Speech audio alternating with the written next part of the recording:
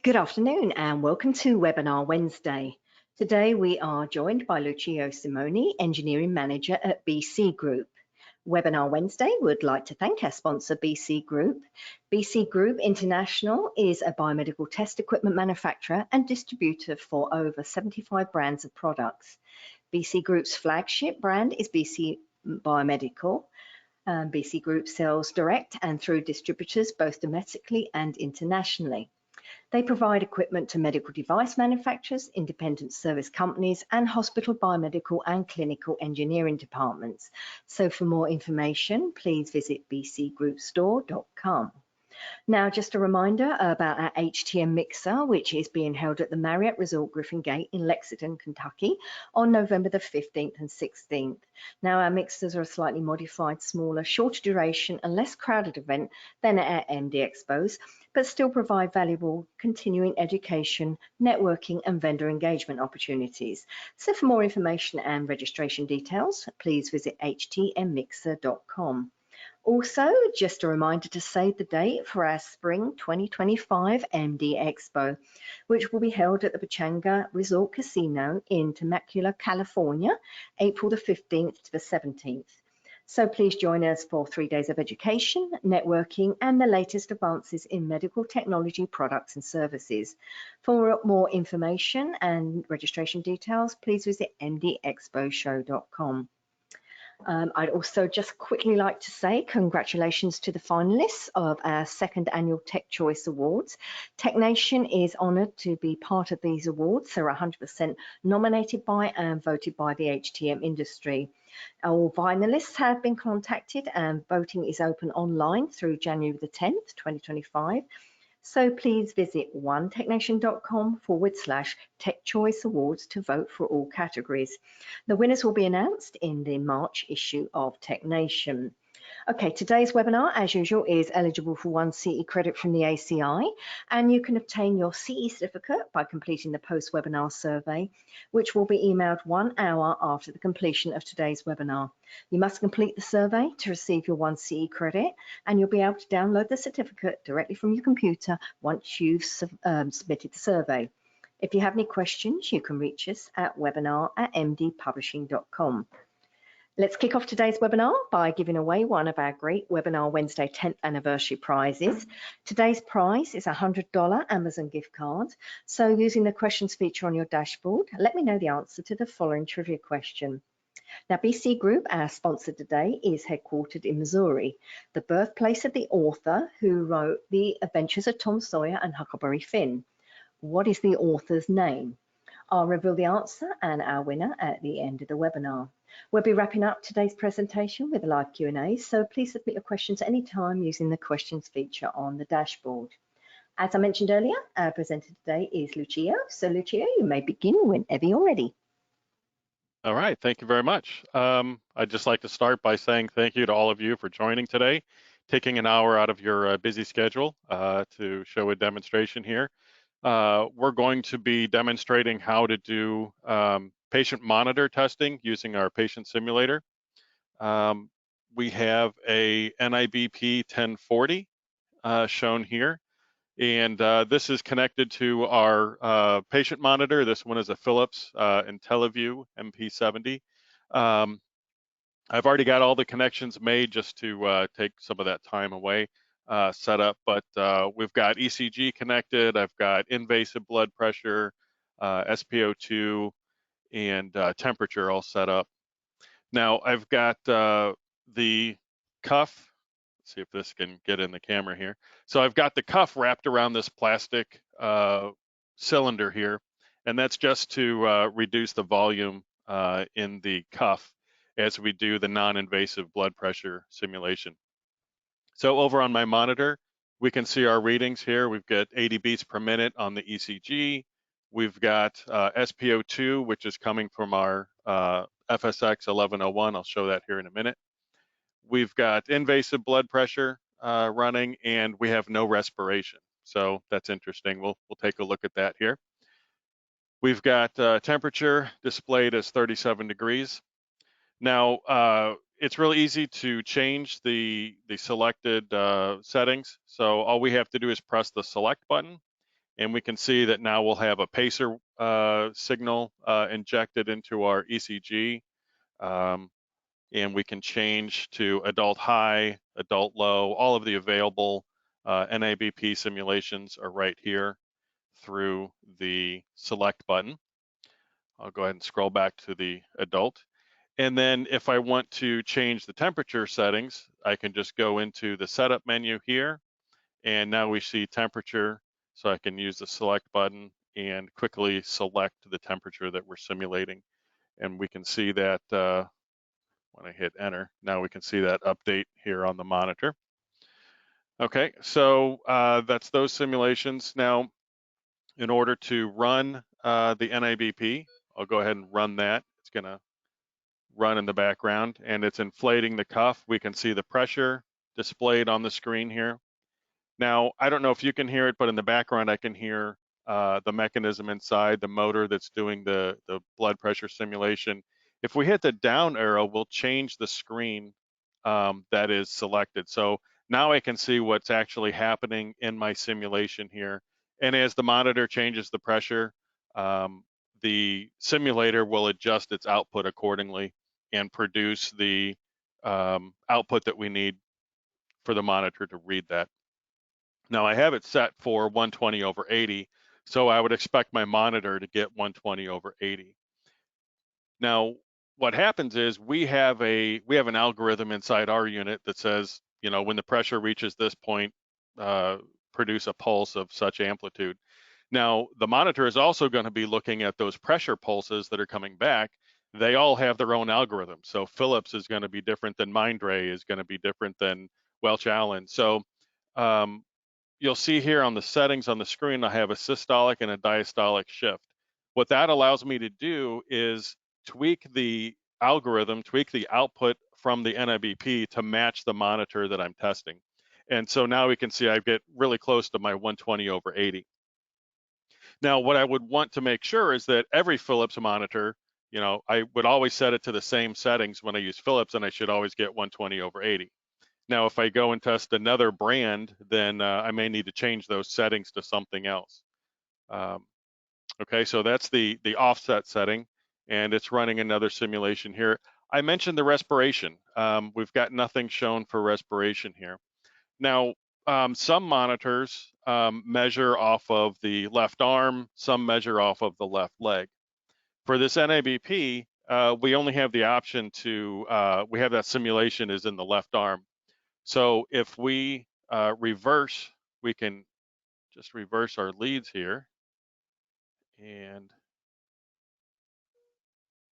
by reversing these leads, oh, I've also got this on a view that you can't see that. So what I've got, these are the ECG leads here. So this was the black one for left arm, and this is the white one for the right arm.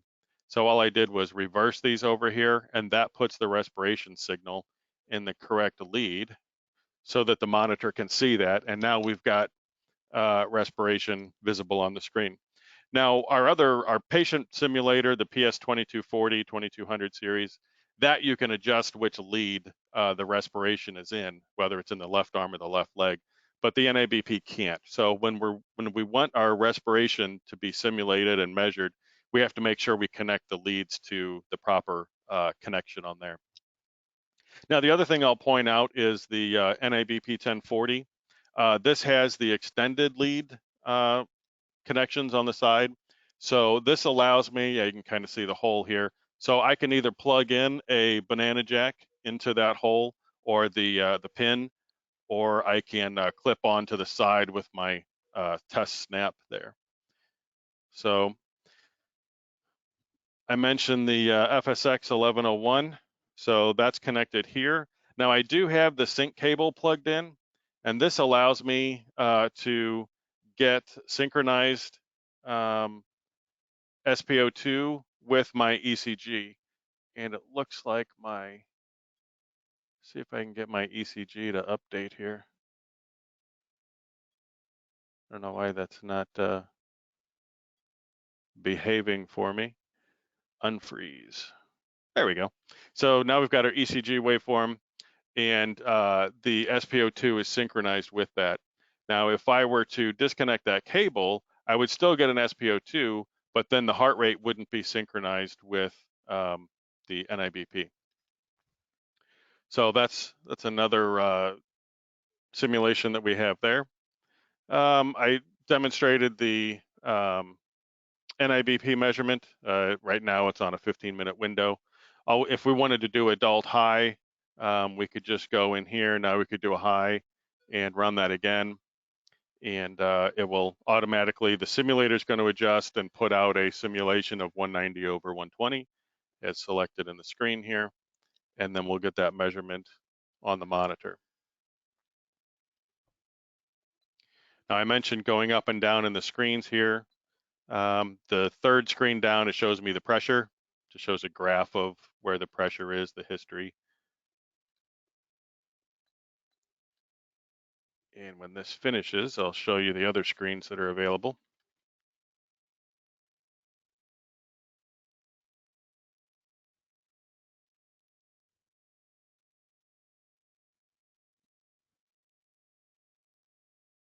Okay, so if I go down, now we get an ECG. This is where we can do our, we can see that the synchronization between the ECG and the SpO2. I can use a select button to change the rate. This is where I can do my performance testing, sine wave, square wave, triangle wave, and then also my arrhythmias. So the other thing we can see is when we're doing the arrhythmias, it will show that the IBP is also synchronized as well to those signals. So the arrhythmia also shows up in the IBP output. Okay, so that's ECG, and then go back around here. Then we have our fetal maternal mode and cardiac output.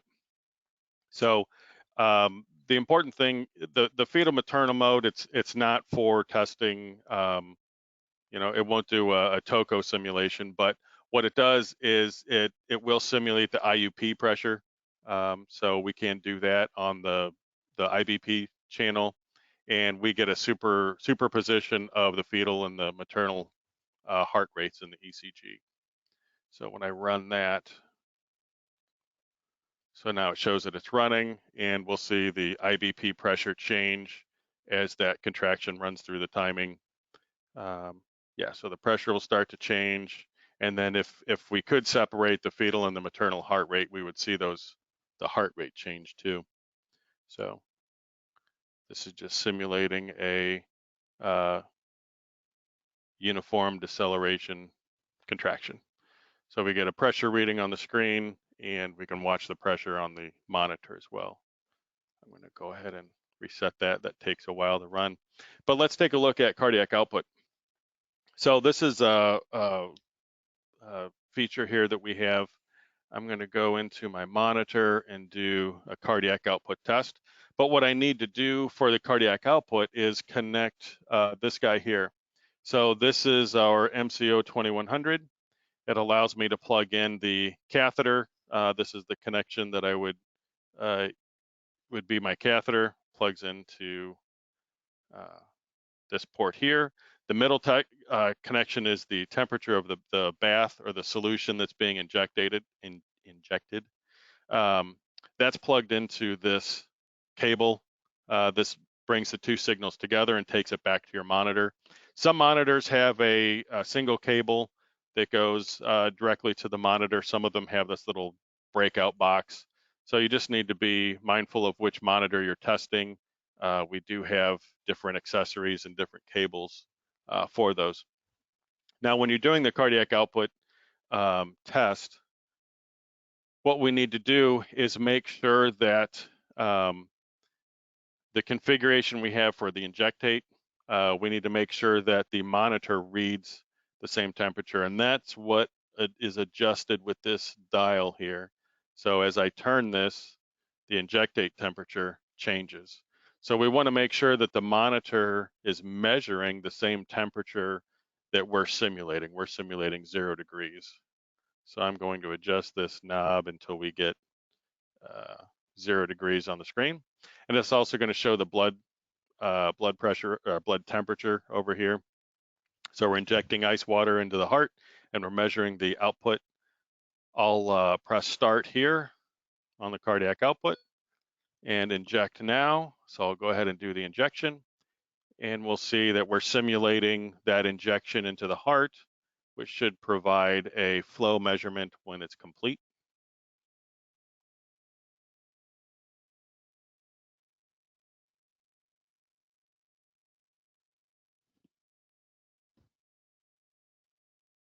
And there we go. So it measured 2.55 and I had 2.5 set on the NIBP.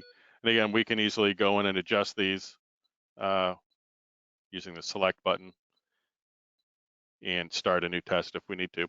Now, the important thing is this coefficient, the computational coefficient.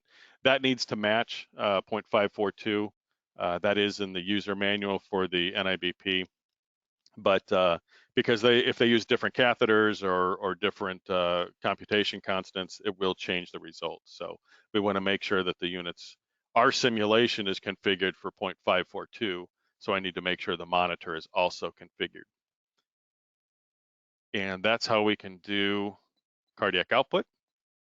So that's all the main features on the NIBP. We also have other test modes. There was a natal mode. There's an alarm test where it will automatically cycle through alarms for testing alarms on the monitor. We can step through arrhythmia sequences. We can also do a leak test. It'll tell you how much the cuff pressure drops over time. And we also have a manometer mode just for measuring, getting pressure readings. Now, the other thing in here is this peak. So not all NIBPs have the peak feature, but that, if I hit the reset, it'll reset the peak. That just gives you a readout of the peak pressure in the cuff as the non-invasive blood pressure simulation runs. So that's all of the main functions, features of the NIBP. If we want to change the SpO2 percentage, it's really easy to change on the FSX. We just click on the value that we want to change and it'll cycle through those settings here. So, and also if we don't have this synchronized, I'll disconnect this sync cable.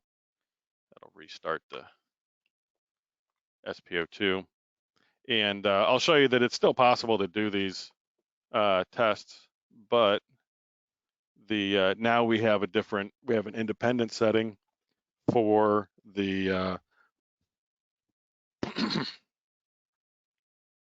sorry, we have an independent setting for the rate on the SpO2. So you'll see that it gets a rate of 60 beats per minute from SpO2, and it gets a rate of 80. Sorry, it gets a rate of 80 for the ECG. So some monitors can be confused by that. So that's where we provide this sync cable for the FSX if you want to synchronize the ECG there. It's also easy to select which brand that you're testing, Masimo, Nellcor. Those are all available right here just by pressing on the screen.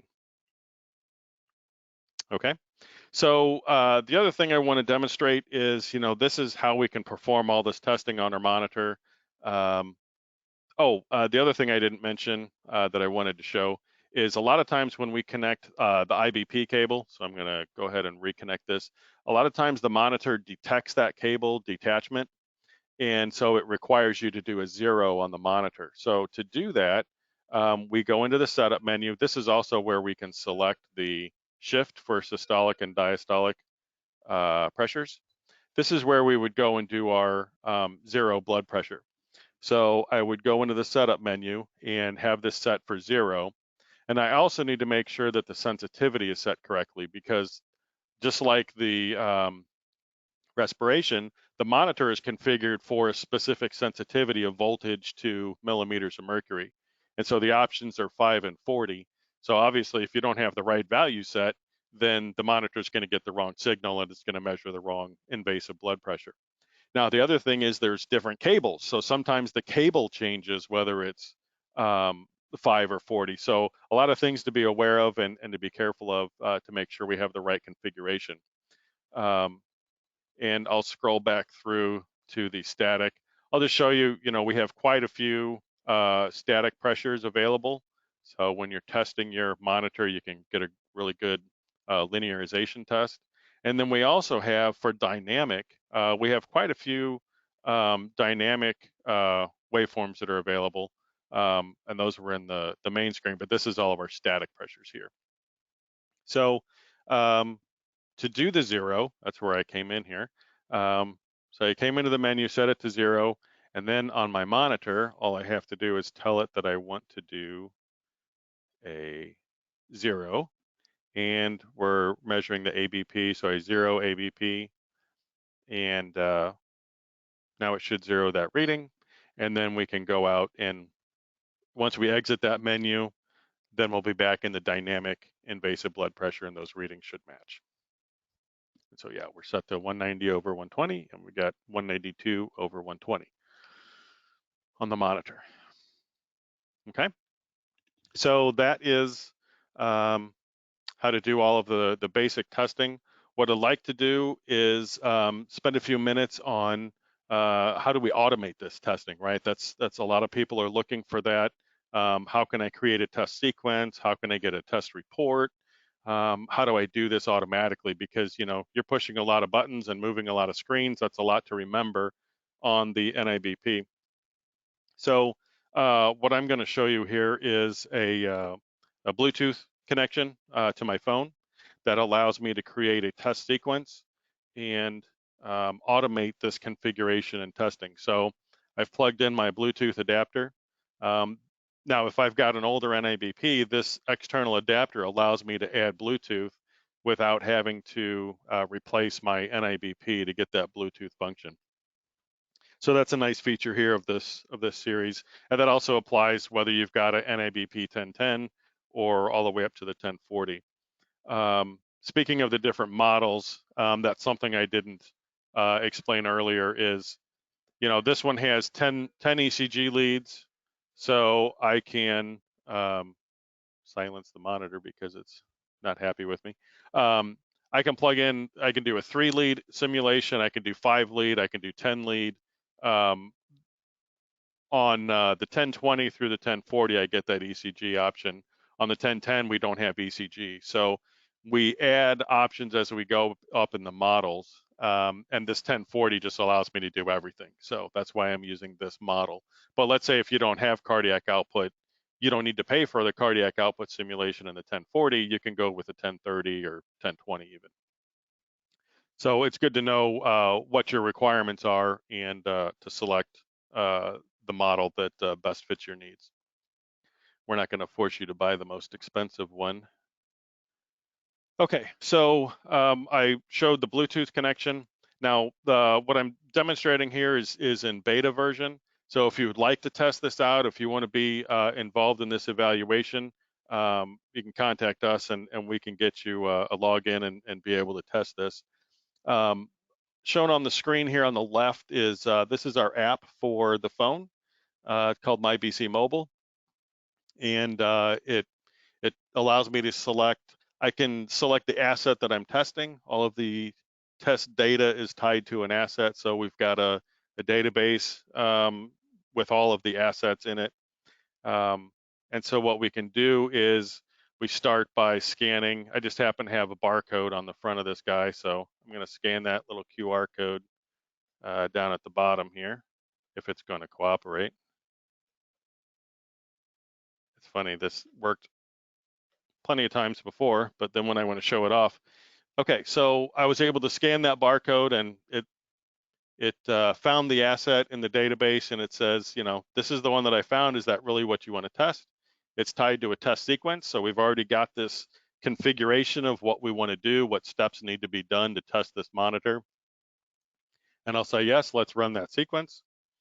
And so this next screen, it's showing AIMS configuration. This allows me to export my test data to my CMMS system, but that's a whole nother video. I'm going to skip that. And so now we have, it's going to show the test equipment that we're using. So it is an NIBP-1040. There's the firmware. What I'd like to do is add into my report the actual serial number that's being used. So this would be saved in my configuration, and then it's also going to allow me to enter the calibration date. So let's say this was, 2024, September 20th, and it's going to be due on September 20th of 2025. Okay, so now I can add in more information if I want, who it's assigned to, that sort of thing, but that will all be saved in my test record once it's complete. So I can hide that test equipment. Now this is showing all of the steps that I'm going to do. It's just a preview. So yep, that is the test that I want to run, and it's going to now configure the NIBP for the mode that I have selected. So we can see here it's set for adult mode, normal. Here's the shifts that are configured. So I didn't have to do anything to the NIBP. I don't have to know how to get into the menus and set all those things. Everything is set through the Bluetooth. All I have to do is start my simulation. And we can see on the screen here, it's showing the pressure that's reading, that's live from the NIBP itself.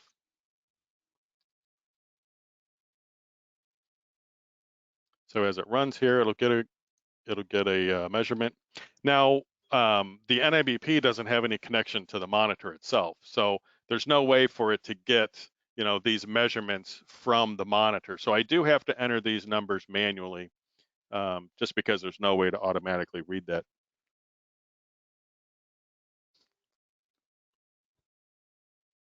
So we'll let the simulation run. Now, we also saw that my last pressure was 187. It was the 190 over 120.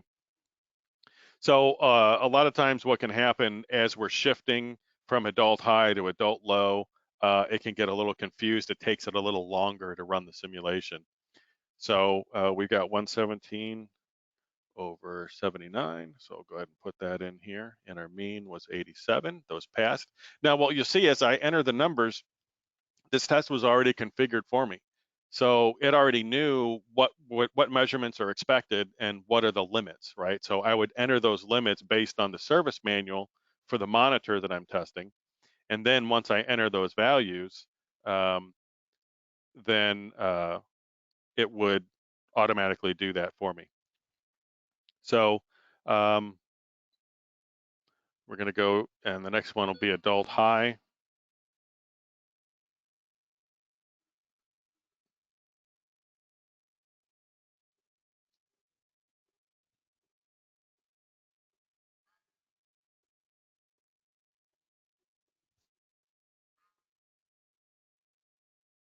And so now the monitor's searching again. It's taking a little bit longer just because I went from 120 over 80 to 190 over 120.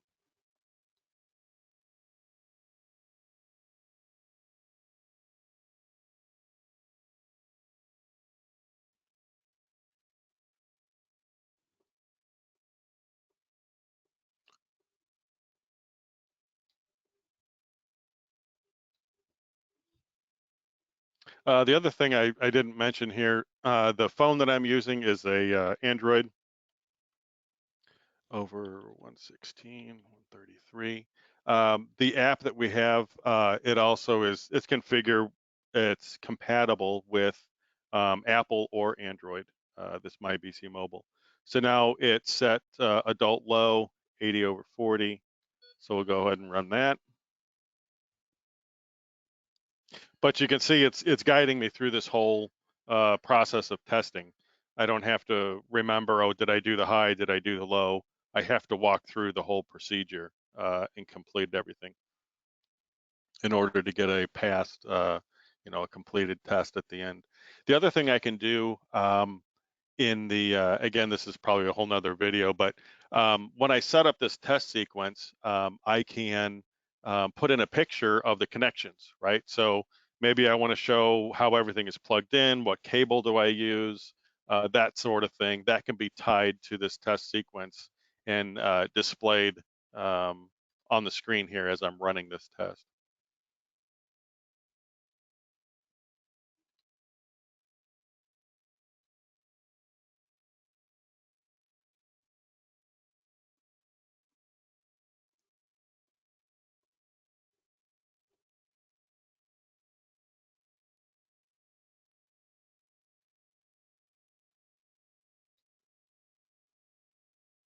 And some monitors, they increase the pressure and then drop it and take measurements as the pressure drops.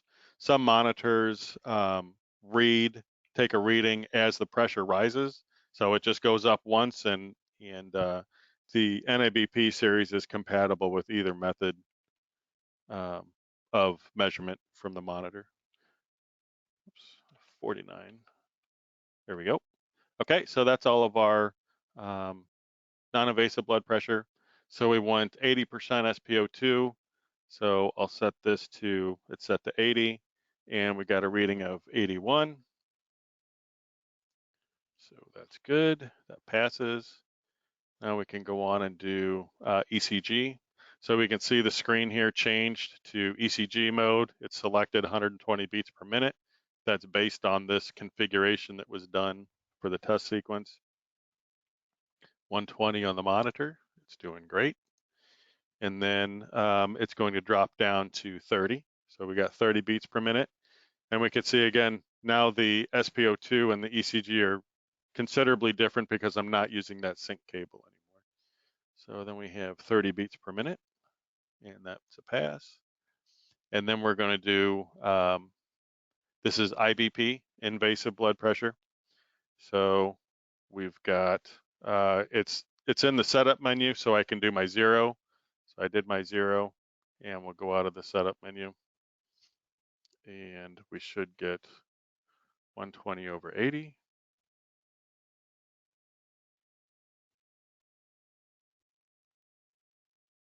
$119 over 80.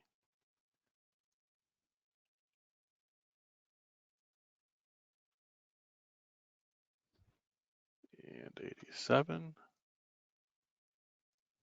Now my temperature was connected to the cardiac output box.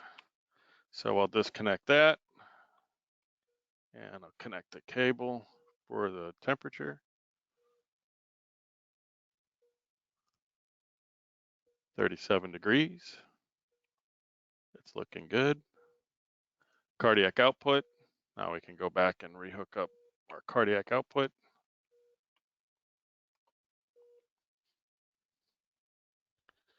And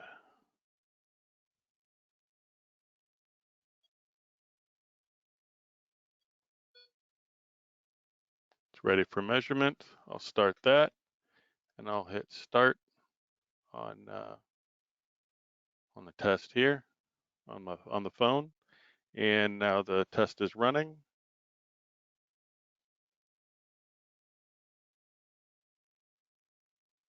Well, it says it's ready for a new measurement.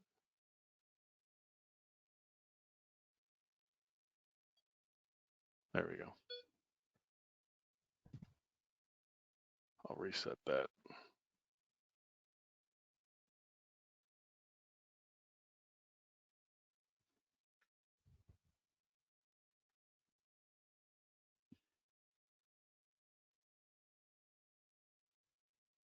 And then I'll put in our cardiac output measurement.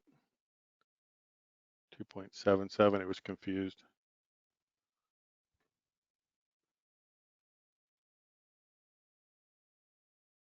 It wants me to wait, but in the interest of time, we'll just do the 255 that we got before. And we'll finish up that sequence. It shows the overall result passed, and it's now uploading those results. And it's saving that to our cloud server, to where we'll be able to see those test results.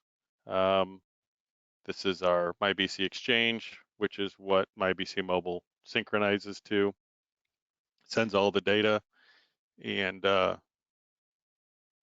once this is complete, then, oh, maybe I didn't hit submit. Once I submit that data, then it'll go up and be stored up here in our tested sequence. This allows it, this is where we can create test sequences.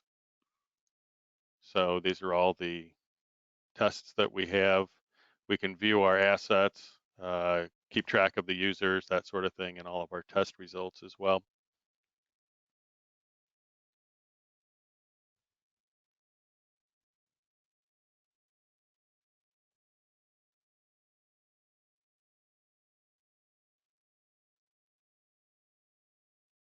It's like waiting for water to boil. It always takes longer when you're watching it, trying to complete the upload.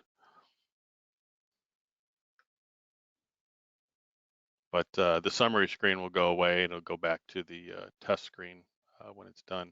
But I can show you what this test data will look like. Here's another one, the Philips IntelliView. This is the test result here. So we get a nice PDF report that we can attach. We can print this out. We get a one-page summary showing the equipment that was used for the test.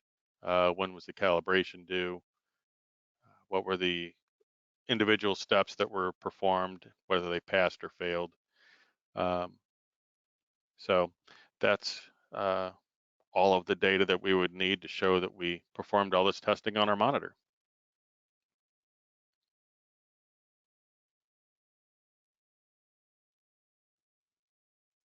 So with that in mind, that is basically we've tested all the modalities on the monitor, ECG, SpO2, IBP, temperature, cardiac output.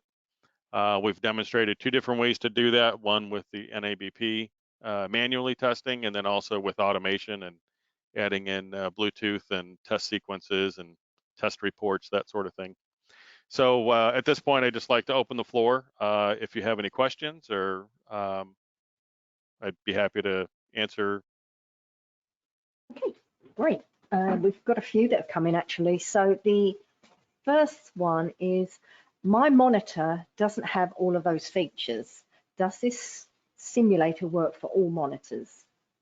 Oh, yeah, that's a good question, because, yeah, like I said, not everybody's going to have cardiac output. You may not have invasive blood pressure, that sort of thing. This will work. So the NIBP-1040 itself would work for all those monitors. You would only, if you have a 3-lead ECG, you would hook up 3 leads or 5 or 10. Now, I will say that some monitors, the analytic monitors that are doing like EKG analytics and doing the normal sinus rhythm and reporting issues with your ECG, it may not like this simulation from this monitor because this is basically our simple ECG. We have a single ECG output that's sent to all the leads. You would need like a patient sim 2240 for an analytical EKG. But for all the other patient monitors like this one, or 3-lead, 5-lead, or if you don't have ECG, we have models of the NIBP that are available that don't have ECG. So basically, yes, the NIBP series will work for basically any patient monitor that you might have. Perfect. So how critical is the tube that the cuff is wrapped around? Oh, yeah, I didn't go into those details. I kind of briefly mentioned that it's wrapped around this cuff. So I've just got this plastic cylinder here that the cuff is wrapped around. Now, the significance of that is, if I were to remove this cylinder, then you can see obviously there's a big volume here, and the monitor is going to have to fill this whole volume with air in order to get any pressure. If you roll this up and wrap something around it, that would also reduce the volume. But you could use a water bottle, or any firm cylinder would work fine for reducing that volume in the cuff. And really what's happening is the monitor is looking for a pressure signal that would be coming typically from your arm. So if you think about, you want an arm-sized cylinder there.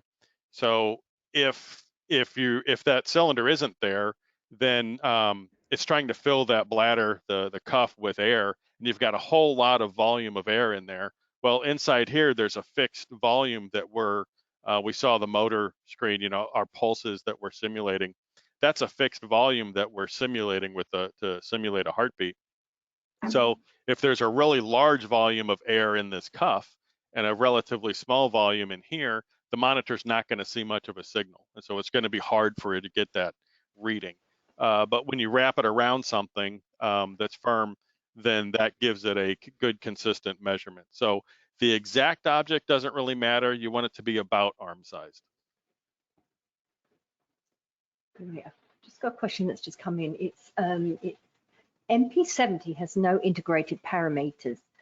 The MS does, however. So were you verifying its parameters? Sorry. I'm assuming you're referring to getting the readings from the monitor. As far as I know, we don't have any. If we had the communication protocol, if we knew how to get the readings out of the monitor, that'd be great. We'd love to do that. But to this date, we don't know what that communication interface is in order to get those readings. So if that's defined somewhere, I'd love to put that into here so that we could, get those readings and fully automate the test. Okay, another question that just popped up. How can I get the driver for the app? So that's available on. So we have a published version. It's available on the Google. What is it? Google Play. Anyway, the Android store, and then also the Apple store. So if you search for myBC Mobile, you'll find it in both of those. As far as this beta version that I was showing, just contact me, and we'll be able to get you onto that. We call it a test flight, but we'll be able to get you into that testing program. Perfect. I've got a couple of questions about the battery now. Does the NIBP-1040 come with a battery, and how long does it last? Oh, good questions. So the 1040 does. So the battery is built in. It's always there. Actually, if we go through all the screens, the last one is a battery meter. So it really depends on the version that you buy. I forget how much of an add the battery pack is, but let's say it's a couple $100. Well, if you don't need the battery, why pay for it? Along those lines, if your model does have a battery, you can run these NIBP simulations that we were doing. We know we can run at least 500 of those simulations on a single charge. So that's a whole lot of testing. Okay, perfect. Okay, our attendee has come back with another question.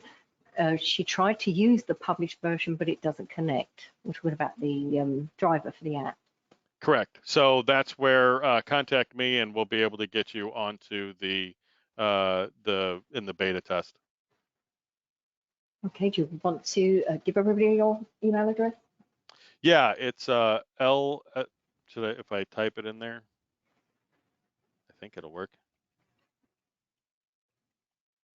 I had assumed that my information was in.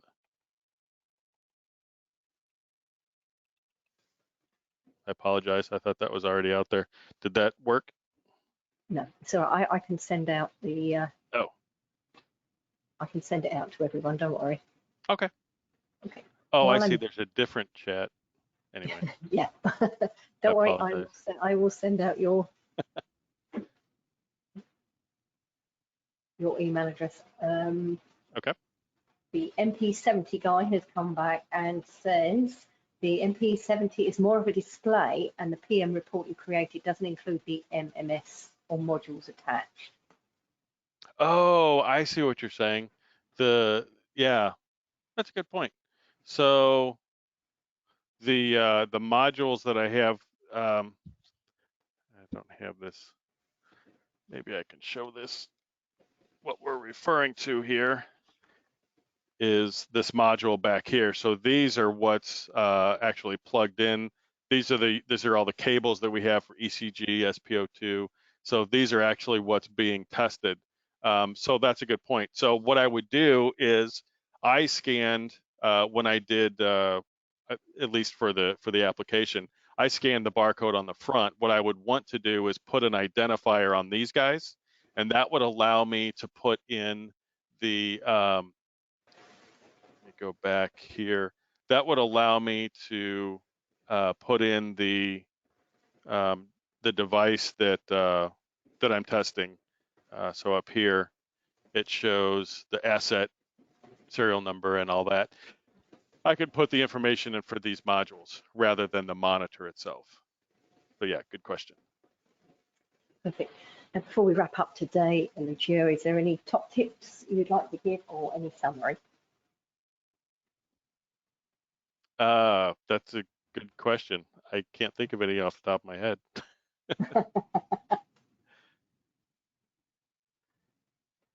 That's fine. That's fine. I'm sure if anybody's got any more questions or anything, please email Lucio directly, and he will be very happy to help you. Absolutely. So we'll wrap up now, Lucio. So thank you so much for a great and informative presentation. I'd like to encourage everyone to visit BC Group's website to learn more about the products and services they provide for the industry. So please visit bcgroupstore.com. As promised, the answer to today's trivia question is Mark Twain. So congratulations to our winner, Oliver Tuft in Georgia. Just a quick reminder, you can obtain your CE certificate by completing the post-webinar survey, which will be emailed 1 hour after the completion of today's webinar. You must complete the survey to receive your 1 CE credit from the ACI, and you'll be able to download the certificate directly from your computer once the survey is submitted. If you have any questions, you can reach us at webinar@mdpublishing.com. Now, if you've missed any of our past webinars, including any by BC Group, please visit webinarwednesday.live to view our whole webinar archive. We'll be back next week with another webinar, so please visit webinarwednesday.live for more details and complimentary registration. Thank you all once again for your time today, and I hope you'll enjoy the rest of your day.